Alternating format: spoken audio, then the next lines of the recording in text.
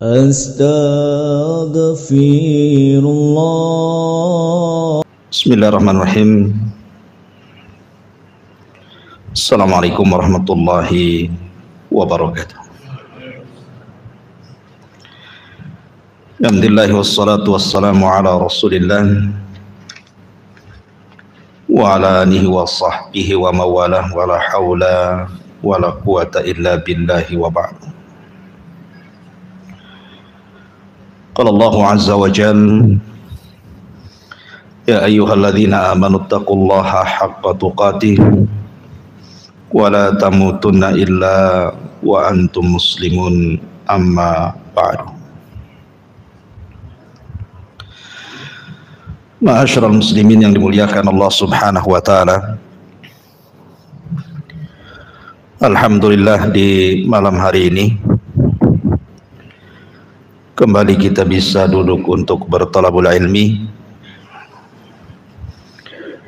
Dan sekali lagi kajian tafsir kita hentikan dulu karena kita masih akan membahas seputar Ramadan. Hadirin dan hadirat yang dimuliakan Allah Subhanahu wa taala. Di dalam Al-Qur'anul Karim Allah Subhanahu wa taala berfirman, "Syahrul Ramadan alladzi unzila fihi al-Qur'an." Bulan Ramadan adalah bulan di mana diturunkan Al-Qur'an padanya. Dan Allah Subhanahu wa taala juga berfirman, "Inna anzalnahu fi lailatin mubarakah." Sesungguhnya kami turunkan Al-Quran itu di malam yang penuh berkah. Dan juga Allah Subhanahu wa taala berfirman, "Inna anzalnahu fi lailatul qadr." Sesungguhnya kami turunkan Al-Quran di malam yang penuh berkah. Dari sini menunjukkan bahwa Al-Quran yang merupakan identitas seorang muslim itu turun di bulan Ramadan. Maka malam ini kita akan cerita seputar Al-Quran untuk merangsang supaya kita masuk di bulan Ramadan itu punya perhatian khusus dengan Al-Quran. Kenapa demikian? Karena kalau kita melihat masyarakat muslim hari ini dengan masyarakat muslim tempo dulu, tempo salaf, itu sangat berbeda perhatian dengan Al-Quran itu. Kalau zaman dulu, terutama di zaman Nabi, Al-Quran itu dibaca bukan hanya di rumah-rumah Allah Subhanahu wa ta'ala, sampai di rumah-rumah mereka, dan itu mereka baca hampir tiap malam. Nanti saya akan jelaskan sedikit kisah bagaimana bukti Al-Quran itu dibaca oleh para sahabat hampir setiap waktu. Padahal di zaman sekarang yang namanya mushaf Al-Quran itu Allah mudahkan. Tidak ada satupun masjid di masjid-masjid di sekitar kita pasti banyak Quran di situ. Di sini saja banyak Quran. Tapi nampaknya kok bagus-bagus Qurannya. Nggak ada lepet-lepetnya itu. Curiga dibaca atau hanya dipajang. Kemudian juga alat-alat komunikasi seperti handphone dan yang semacamnya dari berbagai macam mereknya, semua ada aplikasi Al-Quran, tinggal di download di Play Store, dah keluar semua. Artinya bahwa untuk membaca Al-Quran itu dimudahkan, lain dengan zaman dulu. Susah mendapatkan mushaf itu di masjid-masjid. Tapi di zaman sekarang mushaf itu berderet-deret di masjid-masjid itu. dikasih etalase lagi ya, supaya menarik maksudnya, tapi tidak tertarik juga. Kenapa demikian? Karena berubahnya kesibukan. Masjid itu bukan lagi berfungsi untuk membaca Al-Quran. Orang ke masjid itu ya ke masjid saja, habis sholat ambil handphone, cari tiang, bersandar, tahap apa yang dibuka tuh, tahap apa yang dibaca di situ. Kemudian di rumah-rumah juga sama. Di rumah-rumah itu yang keluar bukan suara Al-Quran, tapi suara-suara musik-musik dan yang semacamnya. Kemudian juga penggunaan handphone yang di situ ada aplikasi Quran pun tidak dibaca. Padahal nanti pada hari kiamat, ikhwan, Nabi SAW akan mengadu di hadapan Allah, dan itu disebutkan dalam Al-Quran pengaduan Rasul. Apa pengaduan Rasul kepada Allah Subhanahu wa taala? Wa qala ar-rasul inna qaumi ittakhidhu hadzal qur'ana mahjura. Wa qala ar-rasul ya Rabb inna qaumi ittakhadhu hadzal qur'ana mahjura. Sesungguhnya kaumku, mereka mulai meninggalkan Al-Quran sepeninggalku. Allah Subhanahu wa ta'ala mendengar aduan itu. Artinya ketika Nabi SAW mengadu kepada Allah Subhanahu wa ta'ala bahwa umatnya, kaumnya, kaum muslimin sepeninggal Nabi SAW, sedikit demi sedikit mulai Al-Quran itu ditinggalkan dan diganti dengan kesibukan yang lainnya. Perhatikan sebuah riwayat ketika Nabi SAW di malam hari, Nabi SAW datang ke masjid Nabi, dan masjid Nabi tidak seterang masjid Pontrenis. Masjid di zaman Nabi gelap, tidak seperti di sini listriknya banyak. Jadi Nabi SAW ketika masuk ke dalam masjid itu sudah ramai para sahabat sedang qiyamul lail, membaca Al-Quran. Karena di zaman para sahabat Al-Quran itu diletakkan fi sudurihim, di dada-dada mereka. Mereka hafal Quran sehingga mereka gunakan untuk qiyamul lail. Maka Nabi SAW melihat Umar bin Al-Khattab sedang membaca Al-Quran dalam salatnya.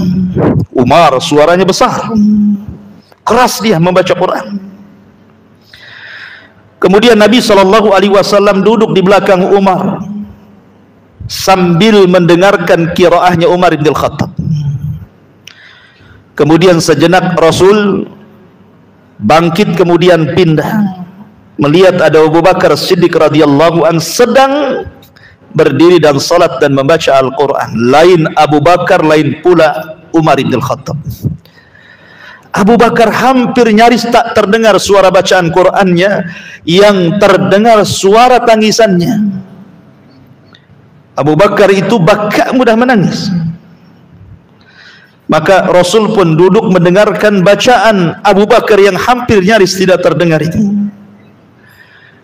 Kemudian Nabi SAW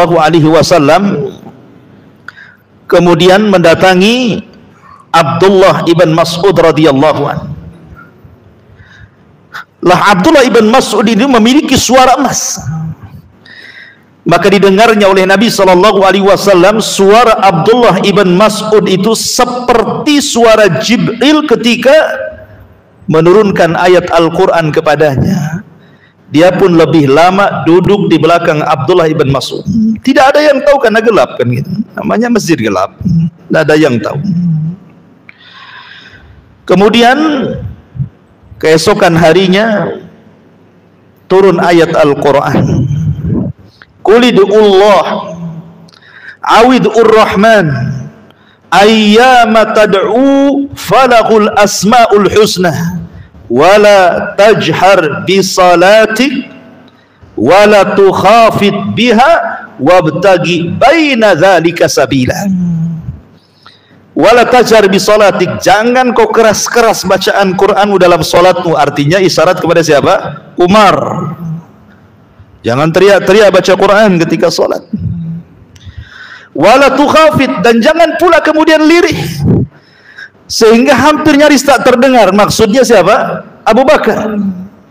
Wabtagi baina dzalika sabila, tapi ambillah tengah-tengah. Jangan seperti Umar, jangan pula seperti Abu Bakar. Jadilah seperti Abdullah ibn Mas'ud, tidak terlalu kencang teriak-teriak, tidak pula terlalu lirih sehingga orang tidak dengar.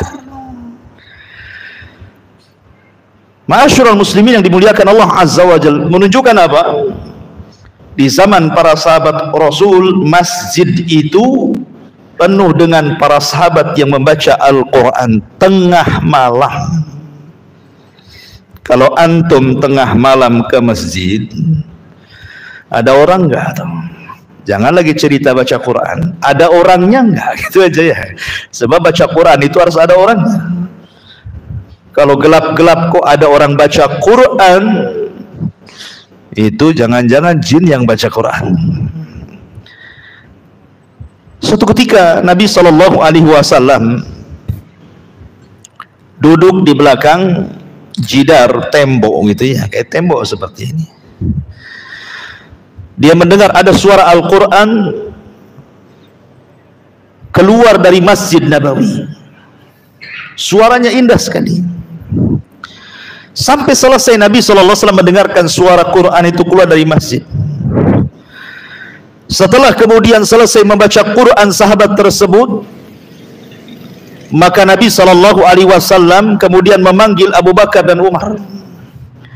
Kemudian mengatakan, ya Aba Bakrin wa ya Umar, wahai Abu Bakar dan Umar, maukah engkau memperdengarkan suara yang sangat indah? Kemudian kata Rasul, man arada an yasma'al Qur'ana ghaddan tariyan kama unzil falyaqra ala ibni ummi abdin. Siapa yang hendak mendengarkan suara Al-Quran ketika Jibril turun kepadaku dan mewahyukan Al-Quran dari Allah, kau perdengarkan suara ibnu ummi abdin itu. Suaranya sama dengan Jibril. Maksudnya siapa? Abdullah ibn Mas'ud. Begitulah di zaman para sahabat, masjid itu penuh dengan bacaan Quran. Kalau sekarang siang-siang antum cari masjid, penuh dengan orang tidur tuh, istirahat di masjid gitu ya. Ma'asyiral muslimin yang dimuliakan Allah Azza wa Jalla. Terus bagaimana dengan buyutul muslimin, rumah-rumah kaum muslimin? Suatu malam Nabi SAW keluar malam-malam itu. Rupanya melewati beberapa rumah. Semua dari rumah-rumah Ansar itu, rumah-rumah yang ada di kota Madinah itu, keluar suara Al-Quran. Subhanallah, hampir setiap rumah keluar suara Al-Quran. Tapi Nabi SAW terhenti di sebuah rumah. Di situ ada suara yang sangat merdu luar biasa. Nabi pun takjub, kemudian duduk di samping rumah itu sampai mendekati fajar, mendengarkan suara Al-Quran yang dibacakan sahabat dalam rumah itu. Ketika mendekati fajar, Rasul langsung bergegas pulang karena ketahuan para sahabat atau ketahuan orang yang membaca Quran di rumah itu. Kemudian Nabi SAW salat fajar.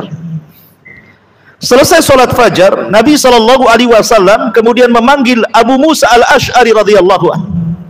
Rupanya semalam yang membaca Quran itu siapa? Abu Musa al-Ash'ari radhiyallahu anhu.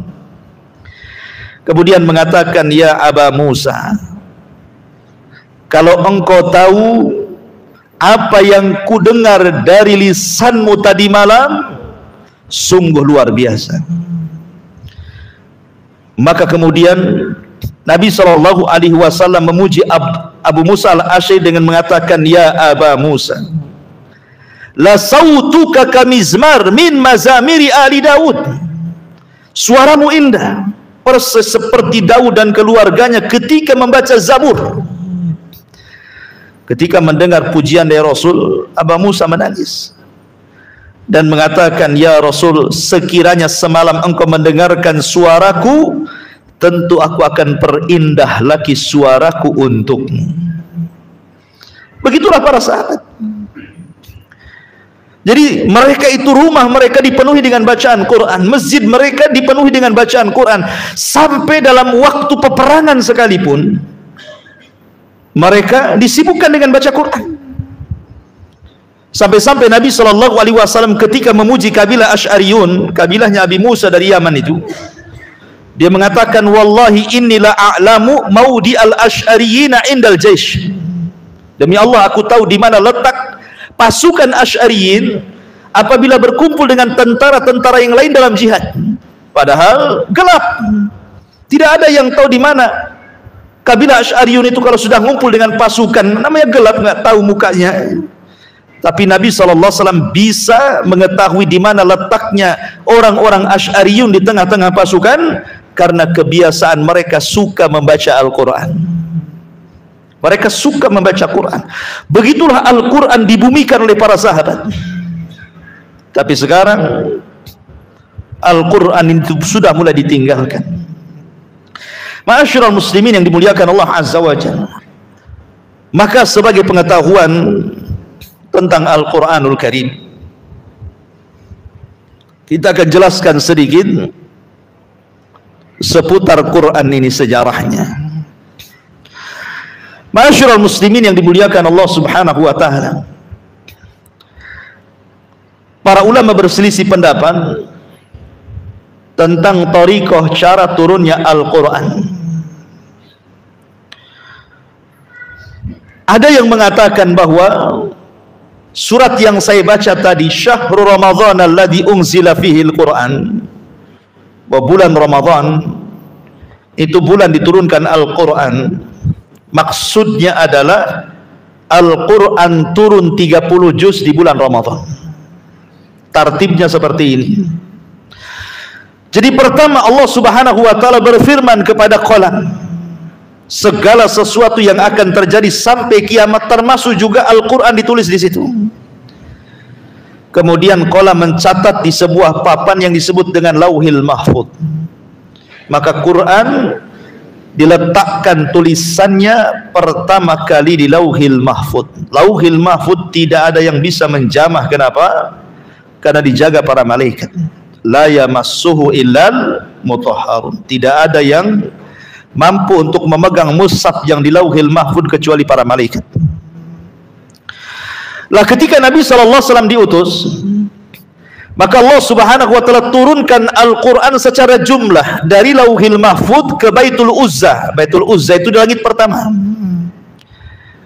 Ada juga yang mengatakan bahwa suratul Alaq, ketika Nabi SAW berada di Gua Hira, kemudian Jibril datang, kemudian turun suratul Alaq ayat 5 pertama, itulah yang dimaksud inna anzalnahu fi lailatul qadar. Sesungguhnya kami turunkan Al-Quran di malam Lailatul Qadar. Artinya bidayatu nuzulihi, permulaan turunnya di malam Lailatul Qadar. Hanya permulaannya saja. Adapun ayat-ayat yang lain tidak mesti di bulan Ramadan.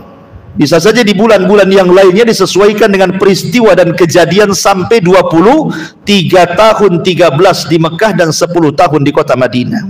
Baru lengkap 30 juz turun kepada Nabi SAW. Ma'asyiral muslimin yang dimuliakan Allah Subhanahu wa taala.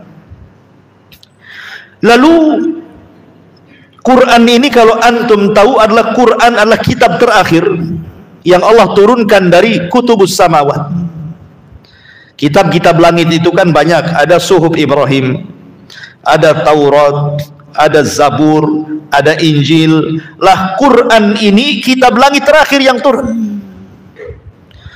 Lalu apa hikmahnya ikhwatu fiddin yang dimuliakan Allah Subhanahu wa taala? Kenapa Al-Quran itu turun mufarraqan?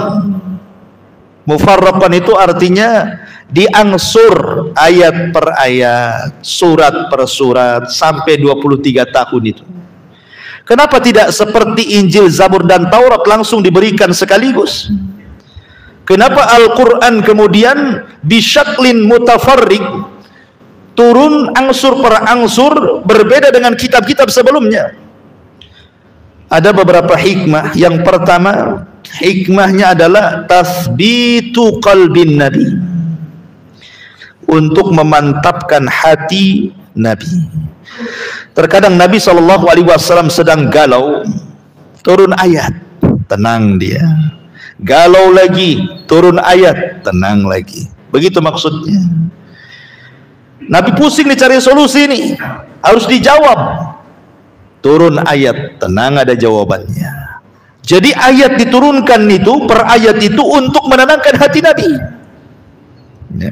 Supaya selama berdakwah 23 tahun itu Rasul terhibur dengan Al-Quran itu. Karena setiap ada masalah datang solusi, ada masalah datang solusi, kesedihan datang kebahagiaan, kegalauan datang ketenangan, dan begitu seterusnya. Yang kedua, rad alal syubhat allati yakhtaliquhal musyrikun, untuk membantah syubhat orang-orang musyrik. Seperti ketika orang-orang musyrik datang kepada Nabi SAW mengecek tentang Al-Quran, maka datang ayat membantahnya. Atau seperti orang-orang musyrik bertanya kepada Rasul dan mengatakan, wahai Muhammad, kami punya soalan, kalau engkau tidak bisa menjawab, kami katakan kau ini nabi palsu, tapi engkau kalau bisa menjawab, maka engkau nabi benar, katanya, kami akan beriman. Rasul bingung, hanya mengandalkan wahyu turun. Baru kemudian turun wahyu menjelaskan pertanyaan-pertanyaan dan syubhat-syubhat mereka. Jadi Quran turun sebagai rad alal syubhat. Kemudian yang ketiga, taisir hifdhihi wa fahmihi ala Nabi Muhammad sallallahu alaihi wasallam wa ala ashabi. Dengan angsur per angsur itu ikhwan, memudahkan untuk menghafal dan memahaminya. Kalau sekaligus repot, ya kan? Tapi kalau sedikit-sedikit kayak antum belajar ini kan, anak kalau ngajar tafsir langsung 30 juz ikhwan, nggak paham antum. Kenapa? Bahasanya para ulama itu, man akhadha jumlah faqadal jumlah. Siapa yang mengambil banyak, hilangnya juga banyak, katanya. Coba saja satu hari antum belajar bahasa Arab 1 jam. Jam 7 sampai jam 8 bahasa Arab. Jam 8 sampai jam 9 ngambil nahwunya. Jam 9 sampai jam 10 ngambil sorobnya. Jam 10 sampai jam 11 usul fikihnya. Nanti jam 12 mustalah hadisnya. Nanti tafsirnya. Terus begitu tiap jam. Malam itu teler antum, nggak dapat apa-apa. Ya. Kalau orang ngambil banyak, hilangnya juga banyak. Maka sedikit-sedikit. Belajar itu sedikit-sedikit. Nggak usah banyak-banyak dulu. Ya. Lah kemudian yang keempat, at-tadarruj bis sahabati wal ummah. Supaya tadarruj itu ya bertingkat-tingkat, bertahap-tahap. Hukum-hukum yang akan dipraktekkan di tengah-tengah umat itu tidak sekaligus. Kaget loh kalau sekaligus itu kan. Sikit, ini tak boleh, ini tak boleh, ini boleh, ini tak boleh, sehingga akhir tidak kaget tuh. Ya. Termasuk juga yanzilu hasbal hajati. Allah Subhanahu wa taala menurunkan ayat per ayat itu sesuai dengan hajat dan kebutuhan manusia. Ketika Quran itu turun sebagai hajat dan kebutuhan manusia, sehingga ketika 23 tahun Al-Quran itu turun ayat per ayat, semua yang dihajatkan manusia ada jawabannya dalam Al-Quran, maka jadilah Al-Quran itu sebuah solusi untuk setiap permasalahan. Karena permasalahan manusia sejak zaman Nabi sampai kiamat itu akan terulang-ulang. Masalah yang dihadapi sahabat sama dengan masalah yang kita hadapi, sehingga semua ada jawabannya dalam Quran. Itulah kenapa Quran itu menjadi kitab solusi, ya, dibandingkan kitab-kitab yang lain yang sudah tercampur ucapan manusia dengan firman Allah, sehingga tidak layak lagi menjadi solusi. Karena satu-satunya solusi itu datang dari Allah. Allah yang membuat masalah, Allah yang mengurai solusinya. Quran itulah solusi dari Allah Subhanahu wa ta'ala. Ma'asyiral muslimin yang dimuliakan Allah Azza wa Jalla, maka penting memberikan solusi. Nah, sekarang kalau seandainya 300 ayat dihapus dalam Al-Quran, berarti 300 solusi tidak ada jawabannya tuh. Kan itu ya. Kalau sampai 300 ayat dihapus, berarti 300 masalah hilang. Nanti nggak ada jawabannya nanti. Kalau tidak ada jawabannya, nanti Quran kurang pula kan itu ya, nggak sempurna lagi. Ya. Ma'asyiral muslimin yang dimuliakan Allah Azza wa Jalla. Baik. Kemudian kita bicara sedikit tentang Al-Quran seputar pengumpulan mushaf. Kenapa Al-Quran sampai menjadi mushaf yang kita baca hari ini? Di zaman Nabi Shallallahu Alaihi Wasallam, orang-orang yang hafal Quran itu banyak sekali, karena mereka memang fokusnya menghafal, tidak ada yang mencatat. Tetapi orang-orang Ansor berusaha, mereka di zaman Rasul sudah mengumpulkan Al-Quran, tapi tidak banyak. Maksudnya yang mencatat lewat catatan. Di antaranya adalah Ubay ibn Ka'ab, Zaid ibn Thabit, Mu'ad ibn Jabal, Abu Darda, Sa'd ibn Ubaid, Abu Zaid. Inilah orang-orang yang mengumpulkan Al-Quran di zaman Nabi. Pertanyaannya, kenapa di zaman Nabi kok tidak dibukukan saja?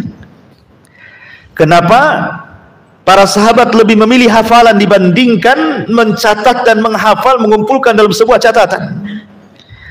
Pertama, karena belum ada hajat untuk membukukan mushaf. Para sahabat banyak yang hafal Quran, ya, belum ada hajat ke situ gitu ya. Kemudian yang kedua, Al-Quran kan turun mufarraq. Quran itu turun satu ayat, sehingga belum bisa dibukukan kan gitu. Kalau dibukukan belum lengkap, karena Rasul belum meninggal kan gitu. Kecuali kalau Rasul sudah meninggal, Quran sudah tidak turun lagi, baru lengkap tuh Quran itu. Karena kan turunnya masih satu ayat, sehingga belum ada mushaf di zaman itu. Baru di masa Abu Bakar Siddiq radhiyallahu anhu, sebagaimana riwayat Bukhari dalam sahihnya dari Zaid ibn Thabit radhiyallahu anhu, ketika Abu Bakar Siddiq radhiyallahu anhu memerangi orang-orang murtad di Yamamah yang dipimpin oleh Nabi palsu Musailamah al-Kadzab, si Nabi palsu itu yang dikenal dengan peperangannya Hadiqatul Maut, kebun kematian. Banyak qurra'ul Quran, para penghafal Quran mati di sini, meninggal banyak sekali. Sahabat yang pakar-pakar Quran itu meninggal mati syahid di perang Yamamah ketika memerangi Musailamah al-Kadzab itu. Sehingga ada kekhawatiran Umar bin Khattab radhiyallahu anhu, ini kalau para penghafal Quran satu syahid, kemudian tidak ada lagi generasi penghafal Quran, bisa saja Quran ditinggalkan. Maka Umar datang kepada Abu Bakar Siddiq radhiyallahu anhu. Kemudian dia mengatakan, wahai Abu Bakar, saya takut dengan banyaknya para penghafal Quran yang meninggal ini, lama-lama Quran akan hilang. Bagaimana kalau seandainya engkau kumpulkan Al-Quran? Tapi jawaban Abu Bakar Siddiq radhiyallahu anhu mengatakan, wallahi kaifa af'al syai'an lam yaf'alhu Rasulullah. Hei Umar, mana mungkin aku melakukan sesuatu yang tidak pernah dicontoh Nabi? Oh, lihat bagaimana kekuatan memegang sunnahnya Abu Bakar. Gak mungkinlah aku melakukan yang Nabi tidak pernah lakukan. Gitu. Tapi Umar radhiyallahu anhu mengatakan kepada Abu Bakar Siddiq radhiyallahu anhu, dan mengatakan, ya Aba Bakrin, wallahi khairun, wahai Abu Bakar, insyaallah ini sebuah kebaikan, kumpulkan Quran, ya, kumpulkan Al-Quran. Akhirnya kemudian lambat laun Umar selalu datang kepada Abu Bakar Siddiq radhiyallahu anhu. Lambat laun Abu Bakar Siddiq datang ke rumah Abu Bakar Siddiq terus sampai akhirnya Abu Bakar pun lembut hatinya. Ketika lembut hatinya itulah, maka akhirnya kemudian Abu Bakar pun mendapatkan hidayah dan menerima keinginan Umar ibn al-Khattab. Jadi idenya datang dari siapa? Umar ibn al-Khattab. Kemudian Abu Bakar manggil siapa? Zaid. Zaid pun sama, awalnya dia seperti jawaban Abu Bakar ketika Abu Bakar menyuruh Zaid ini tolong kumpulkan Quran, alasannya ini dan itu. Zaid pun sama, tidak mau. Macam mana aku akan melakukan hal yang tidak pernah dilakukan Nabi, katanya. Tapi Abu Bakar terus seperti jawaban Umar, insya Allah ini sebuah kebaikan. Dari situlah kemudian Zaid ibn Thabit pun terbuka hatinya. Lambat laun dia pun akhirnya mengikuti keinginan Abu Bakar, maka mulailah dikumpulkan Al-Quran oleh Zaid ibn Thabit itu. Catatan-catatan para sahabat dikumpulkan, dijadikan satu. Ya. Lah ketika Abu Bakar Siddiq radhiyallahu anhu meninggal, digantikan Umar bin Khattab, belum ada pembaharuan dengan apa yang dikumpulkan Zaid ibn Thabit itu. Ketika Umar meninggal, maka Umar menitipkan mushaf itu kepada putrinya Hafsah. Lah di zaman Utsman ini, Utsman bin Affan radhiyallahu an, kita tahu bahwa Utsman bin Affan ini khalifah juga yang termasuk melebarkan kekuasaan. Di zaman Umar kan sudah kemana-mana tuh kekuasaannya. Di zaman Utsman itu dilebarkan sampai ke Syam, sampai ke Mesir, sampai ke Irak, sampai ke Persia, sampai ke daratan Afrika, sampai nyebrang lautan pasukan itu. Belum ada pasukan yang nyebrang lautan kecuali zaman Utsman, dipimpin Muawiyah bin Abi Sufyan. Nyebrang lautan betul tuh. Rupanya ketika terjadi peperangan, ketika hendak membebaskan kota Armenia dan juga Azerbaijan itu, satu dengan yang lain para sahabat berselisih pendapat tentang qiraah. Masalahnya sampai kemudian menyalahkan satu dengan yang lainnya. Dan gara-gara perselisihan ini hampir mereka berselisih dan hampir mereka perang gara-gara perbedaan qiraah. Ya, umpamanya ada yang memakai huwa, ada yang tidak memakai huwa gitu ya. Innallaha huwal ghafurur rahim, innallaha ghafurur rahim. Gara-gara huwa masalah gitu loh. Ya, gara-gara ada tambahan huwa, padahal artinya kan tidak merubah gitu ya. Tetapi kemudian perkara ini dilaporkan oleh Hudzaifah bin Yaman berdasarkan kisah Anas bin Malik radhiyallahu an yang dicantumkan dalam Bukhari. Hudzaifah datang kepada Utsman dan mengatakan, ya Utsman, ketika kami memerangi ahli Syam dan membuka Armenia dan Azerbaijan ini bersama penduduk Irak, para sahabat berselisih sampai melemahkan pasukan gara-gara perselisihan qiraah ini. Kata Hudzaifah kepada Utsman, sebaiknya wahai Utsman, jangan sampai mereka berselisih seperti orang-orang Yahudi dan Nasrani berselisih gara-gara bacaan Al-Quran. Sebaiknya kau mengambil keputusan dengan cara apa? Buatlah Al-Quran yang resmi supaya jangan ada lagi khilaf perselisihan. Maka dari sini kemudian tepat pada 25 Hijriah, pada kekuasaan Utsman bin Affan radhiyallahu an, maka Utsman menerima idenya Zaid ibn Thabit. Dipanggilah 3 ulama besar di zaman itu yang dikepalai oleh Zaid ibn Thabit, karena dia juga yang mengumpulkan Al-Quran di zaman Abu Bakar kan itu. Kemudian juga di zaman Rasul dia pula yang dipercaya untuk Quran diambil, Zaid ibn Thabit ini. Kemudian dibantu oleh Abdullah ibn Zubair, kemudian Sa'id ibn As, dan juga Abdurrahman ibnul Haris ibn Syam. 3 sahabat, 1 tabi'in. 4 orang ini ditugaskan Utsman untuk mengumpulkan seluruh mushaf, karena ketika itu masing-masing daerah itu punya mushaf sendiri-sendiri. Contohnya umpamanya di Mekah gitu ya, orang-orang Mekah itu memegang kepada mushafnya Abdullah ibn Sa'id. Kemudian di Syam mereka berpegang kepada mushafnya Al-Mughirah ibn Syihab. Kemudian juga di Kufah mereka berpegang kepada mushafnya Abu Abdurrahman As-Sulami. Kemudian di Basrah mereka berpegang kepada mushafnya Amir ibn Qais. Kemudian di Madinah juga mereka berpegang kepada mushaf yang dikumpulkan oleh Zaid ibn Thabit. Tetapi Utsman ibn Affan dari sini menunjukkan bahwa Quran di zaman itu kan sudah menyebar, maksudnya sudah ada mushaf, tetapi masing-masing catatan dan qiraah yang berbeda-beda kan gitu ya.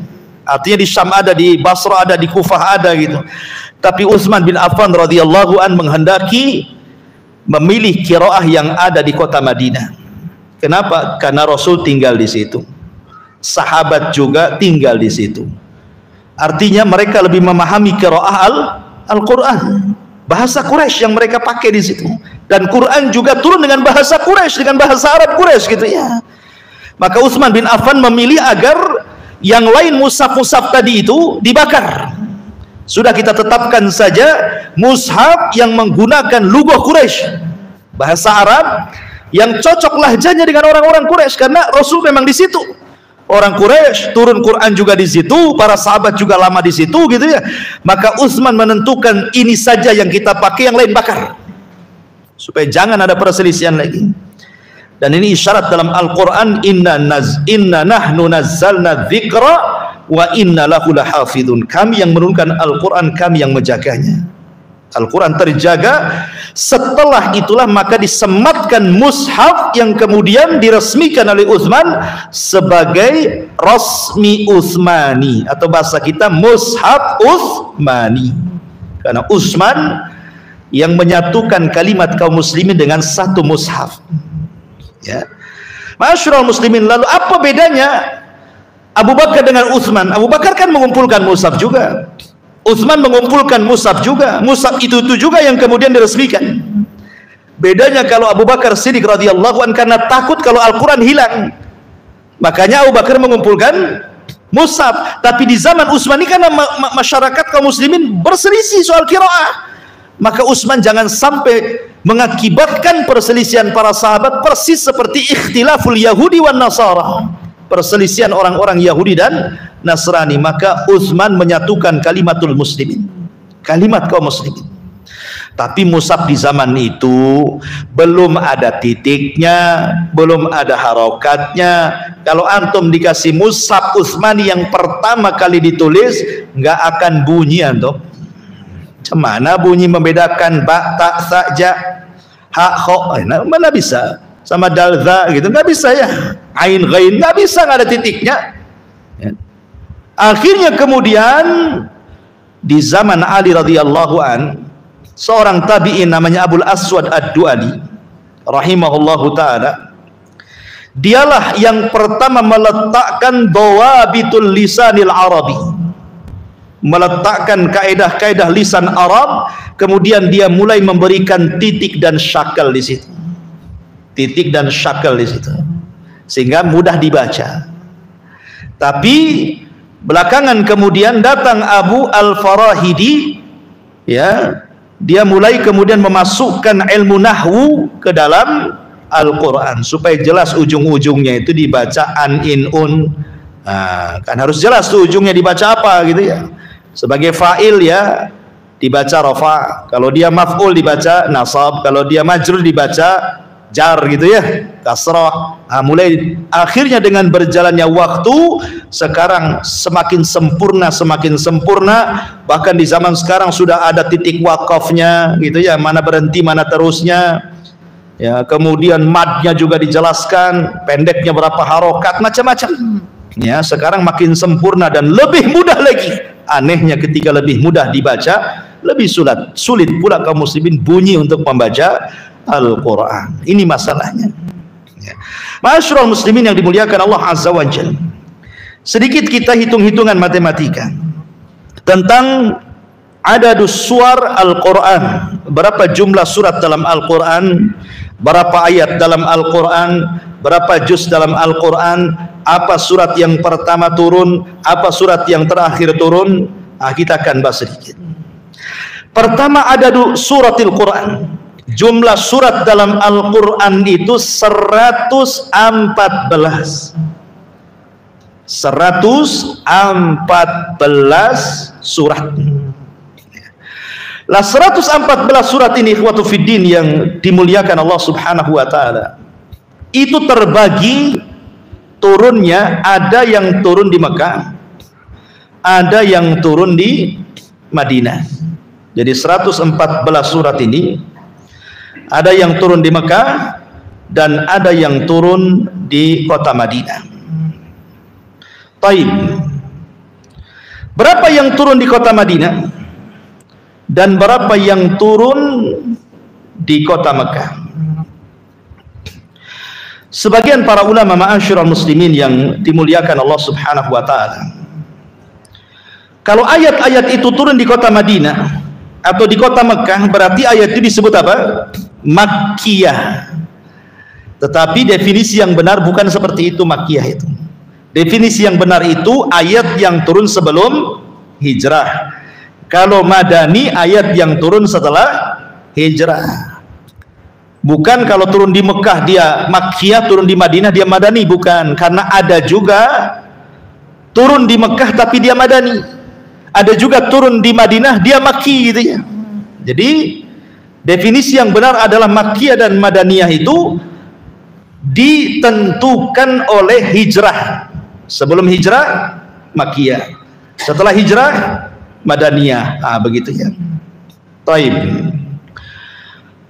Kemudian adapun tentang masalah jumlah tadi menjadi perselisihan para ulama ikhwatu fiddin dimuliakan Allah Azza wa Jalla soal jumlah tadi. Taib. Kita kembali kepada awal turun dulu ya. Sebenarnya turun Al-Quran pertama itu surat apa? Ada yang mengatakan suratul Alaq, ada yang mengatakan surah Al-Mudaththir. Tapi ulama berusaha menjamak bahwa maksudnya suratul Alaq itu maksudnya ketika Rasul diangkat jadi nabi. Adapun surah Al-Mudaththir itu ketika diangkat menjadi Rasul. Dan surat-surat yang pertama-tama turun adalah suratul Qalam, surah Al-Mudaththir, surah Muzammil, surah Duha, dan surah Al-Lail. Itu surat-surat yang awal-awal turun. Selepas itu kemudian banyak surat-surat yang turun setelahnya. Lah ketika Nabi SAW berada di Mekah, maka sekitar 13 tahun Nabi SAW berada di Mekah itu turunlah sekitar 83 suratan, 83 surat. 83 surat turun di kota Mekah. Banyak berarti ya di Mekah itu surat-surat yang turun, tetapi berkenaan kebanyakan masalah tauhid. Ada yang mengatakan 85, ada yang mengatakan 83, pokoknya sekitar itulah surat yang turun di kota Madinah, di kota Mekah. Adapun di kota Madinah ada yang mengatakan sekitar ihda wa thalathun itu artinya 31 surat, ada yang mengatakan 29 surat. Intinya kalau digabung surat-surat yang ada di Mekah dan Madinah itu jumlahnya 114 surat, gitu aja ya intinya. Adapun kemudian jumlah juz ma'ruf 30 juz, kemudian jumlah ayat 6.236 ayat. Adapun jumlah kalimat 77.250 kalimat. Adapun jumlah huruf 3 juta 474.000. Kapan nih Ustadz ngitung ini? Ya nukil sajalah kan ya. Mana sempat ngitung huruf satu-satu gitu kan. Taib. Jadi segitu banyaknya gitulah jumlah hurufnya, jumlah kalimatnya, jumlah ayatnya, juz dan juga surat di dalam Al-Quranul Karim. Surat pertama turun surah Al-Alaq, dan yang terakhir adalah surah Al-Baqarah 281. Itu ayat yang terakhir turun, Al-Baqarah 281. Wattaqu yawman turja'una fihi ilallah tsumma tuwaffa kullu nafsin ma kasabat wa hum la yudlamun. Wallahu a'lam ikhwan. Masih banyak pembahasan dari sudah azan. Insyaallah kita lanjutkan di lain kesempatan. Subhanallah bihamdika asyhadu an la ilaha illa anta astaghfiruka wa atubu ilaik. Allahu ta'ala alam. Assalamualaikum warahmatullahi wabarakatuh.